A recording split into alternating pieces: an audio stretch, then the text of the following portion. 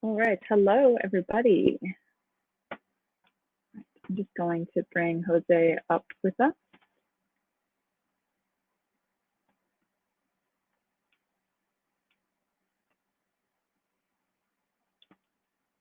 There you go. Perfect. All righty. So welcome to Filmocracy and to our Q&A sessions for the Shorts program Inner Demons. We're happy to have Jose here with us from the film Guard to join us to share some of his insights on making the film. Thank you again, Jose, for joining us and for letting you present your amazing film with us. Thank you so much for having me here. No worries. So Jose is the director of Guard, and he is a filmmaker from San Francisco, California, and has moved to Los Angeles to pursue a film career and hopefully achieve the goal of making feature films as a long-term career. So let's just kind of jump in. Can you tell us a little bit about yourself and maybe what influenced you to tell this story today? Yeah, for sure. So I'm Jose, of course, and I grew up in San Francisco in an area that wasn't too I wouldn't say it wasn't the best living conditions for a young kid. It was very ghetto, but luckily enough, I was able to go past that and not get influenced by too many bad people. And I found my love for filmmaking very early on.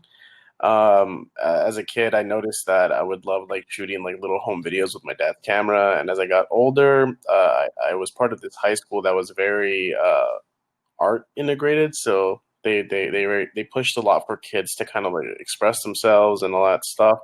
So I found out that filmmaking and editing was something that I was very, very interested in. But growing up where I grew up, it wasn't something that seemed feasible or something that was attainable for someone, I guess, in my status at the time. It just seemed something so far away that it wouldn't be possible. And I had no one to kind of like follow. So it was just me on my own. And eventually I figured myself out that I just had to do everything myself in order to get somewhere with it. And I would shoot my own short films and projects by myself. And then later on, I would bring really close friends on board to some projects I would do. And I kind of was doing like the YouTube University and learning through there the little I did. And over the years, I kind of started like to understand more how story structure and all that stuff works. And it was just a very, very eye-opening experience.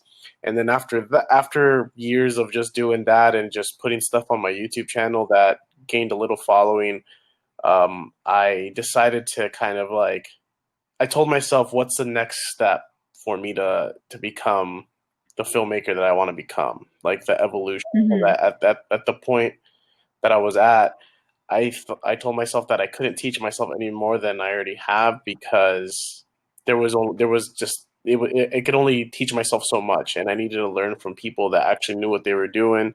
So I decided to go to film school for almost 4 years.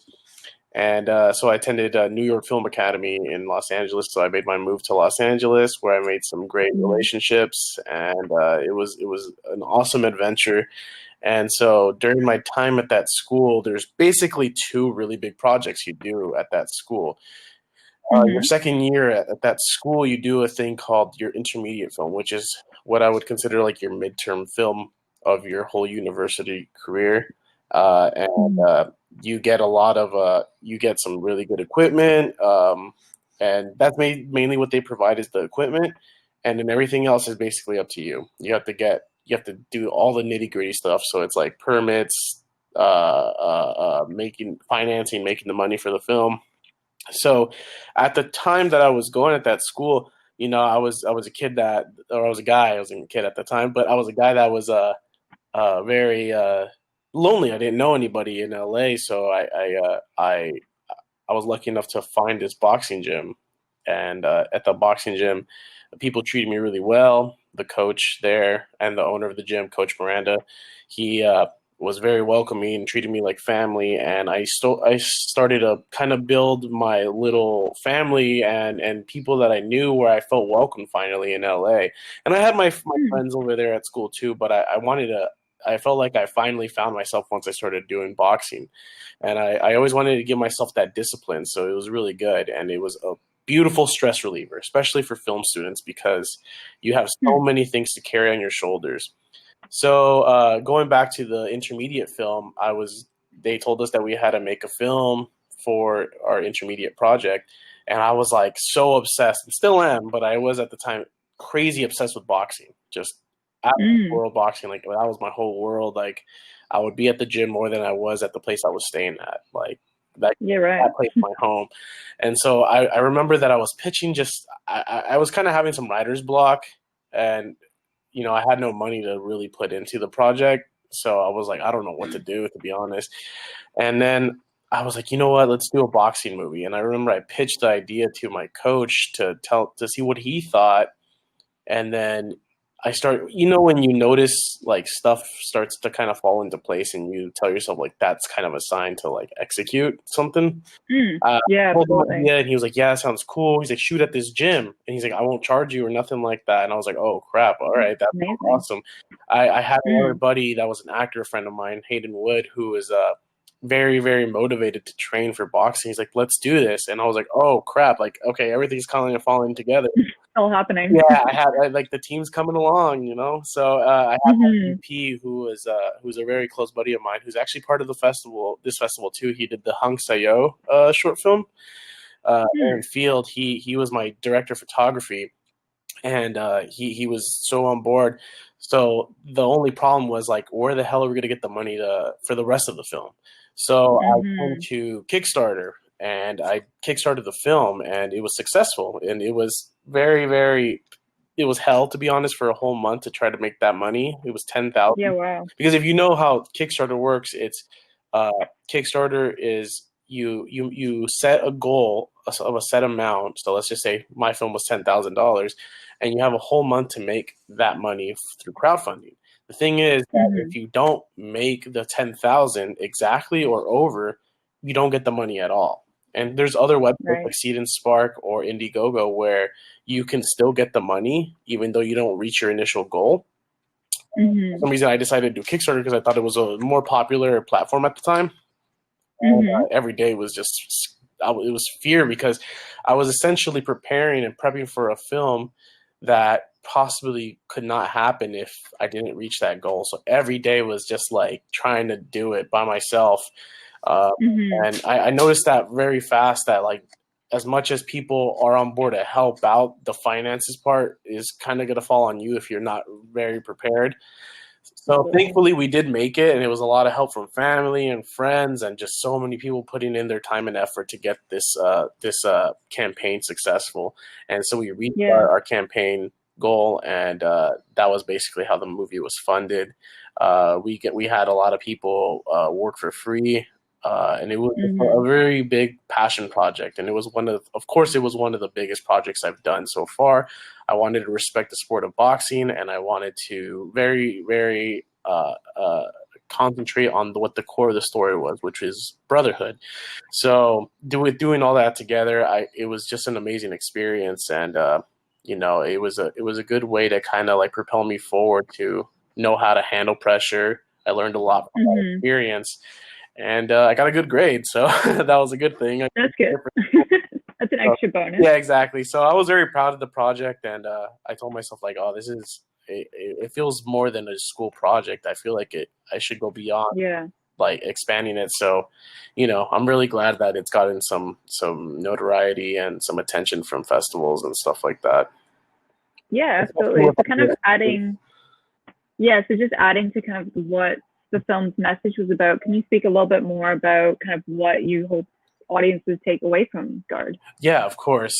So I always get the thing like I always try to make my stories as personal as possible.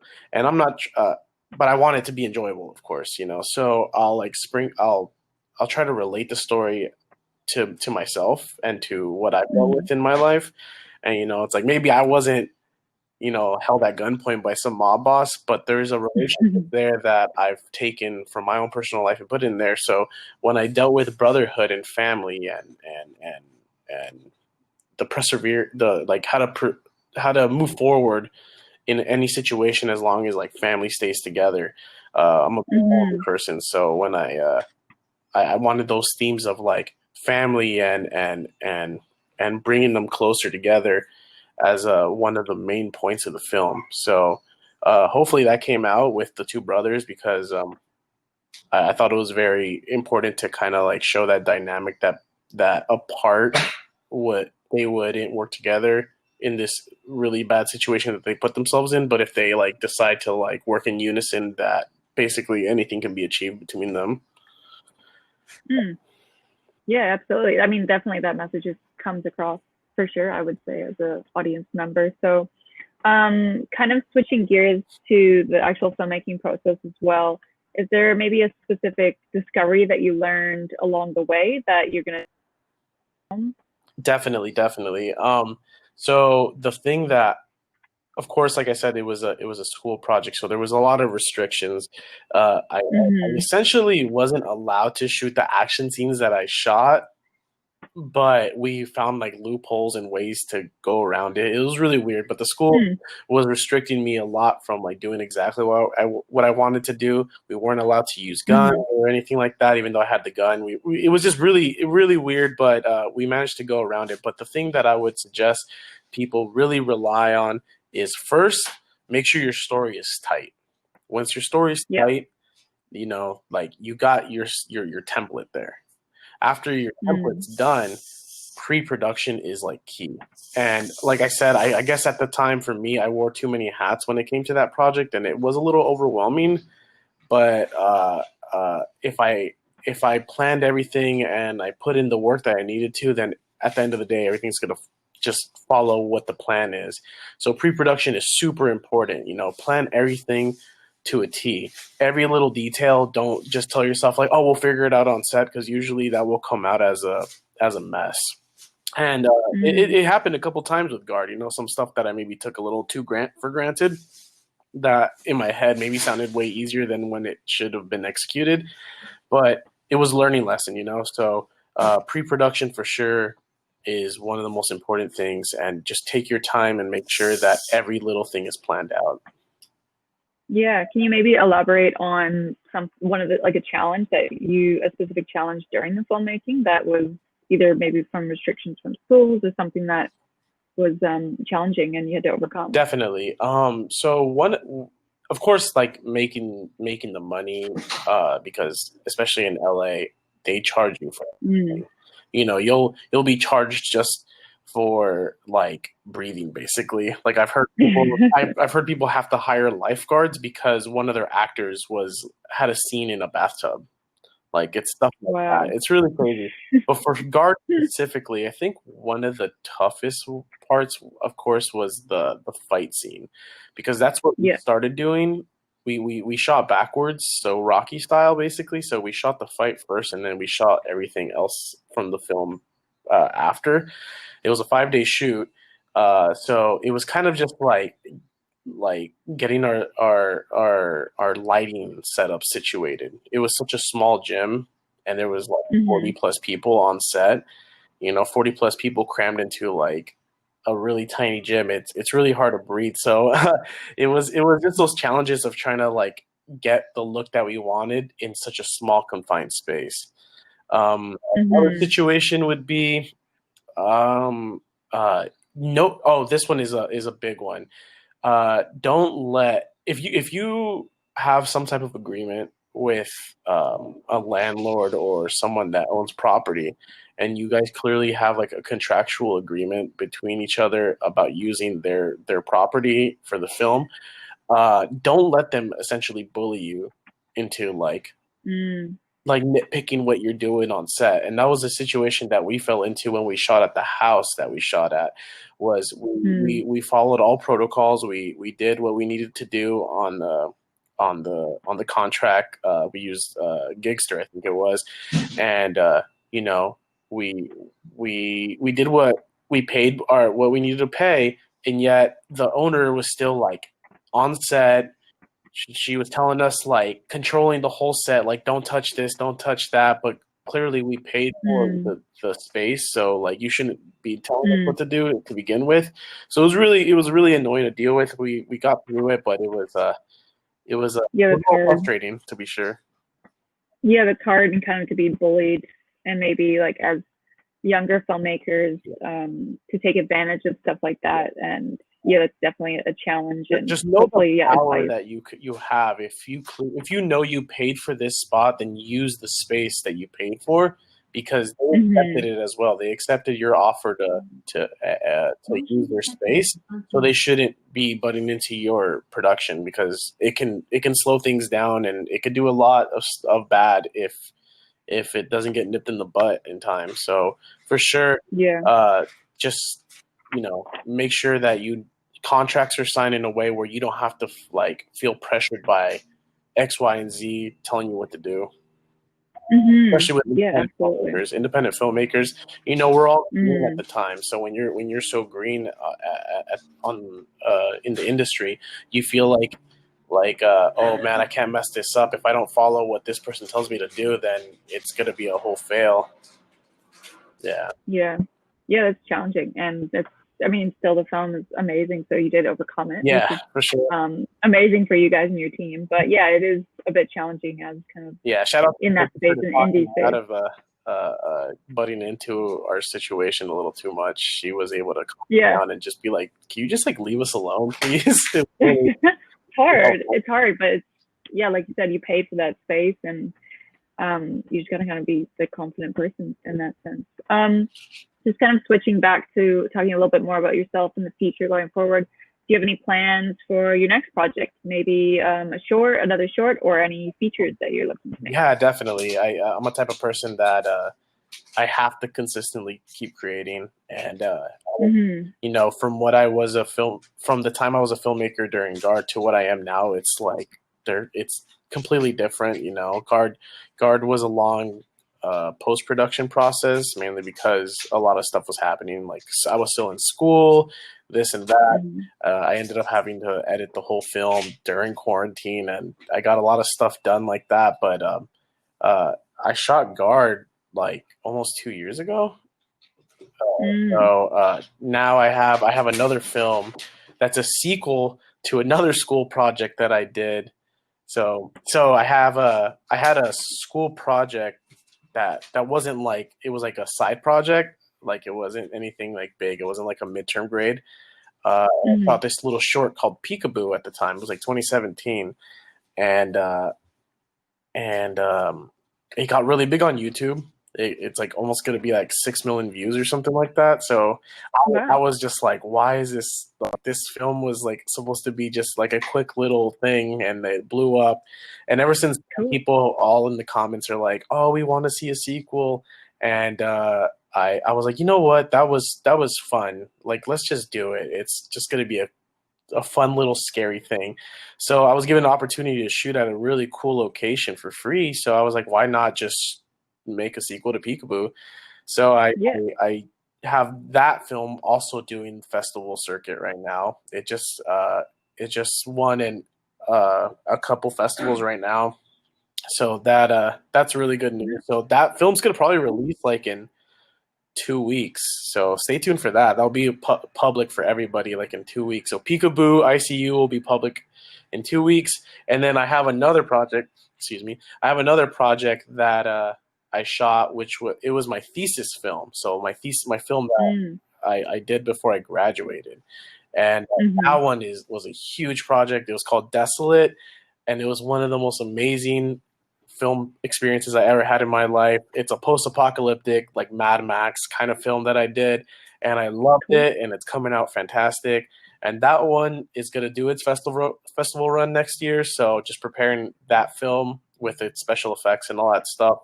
But it's looking good, and I definitely am going to enter that to Filmocracy Fest for next year, and it's going to be exciting. Cool. But I'm trying to Amazing. stay busy, and then I got Guard's feature script almost done, because that was a story that I really want to go back to and kind of expand from it. So many cool ideas that I want to do that I don't think, especially for the boxing genre, I haven't seen.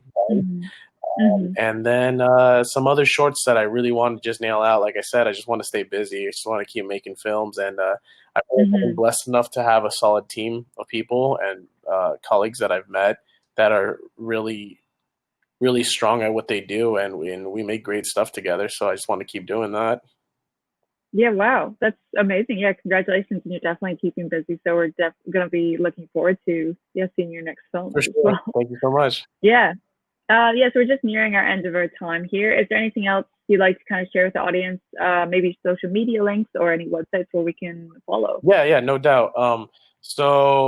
If you want to follow me on social media or check out my YouTube stuff, you can check me out on laserbot underscore on Instagram and laserbot on YouTube. Uh, Mm-hmm. and if you follow me on YouTube or Instagram, you'll get updates on Peekaboo, which is going to come out like in 2 weeks, like I said. So, you can get a little spook for the holidays. It'll be fun. So, yeah, just stay tuned for other good stuff to come. I'm excited for Desolate as well. I think that's going to be a strong piece that people will really enjoy. Yeah. Wow. Yeah. Amazing. Very cool. Very cool. So yeah, thanks again, Jose, for joining us and sharing more about your work. And we wish you the best. And we hope to see you more over the course of the fest. Yeah, this was awesome. Such a cool experience. Like I said, I've done this whole year. I've been doing festivals for two movies, which is Guard and Peekaboo. Mm-hmm. All online fests, and some have been better than others, but for sure, this one has definitely beat all of them for sure. Like Yeah. the most creative, the most immersive, like it Filmocracy Fest, and I know it's just going to get better next year. So I'm very excited, and it was really good and an honor to be a part of it. Cool. Yeah. Well, we're happy you had a good experience. And yeah, we'll look forward to your future films, maybe at the next fest. Exactly. Yeah. Stay tuned for Deathwood. All right. All right. See you now. Bye.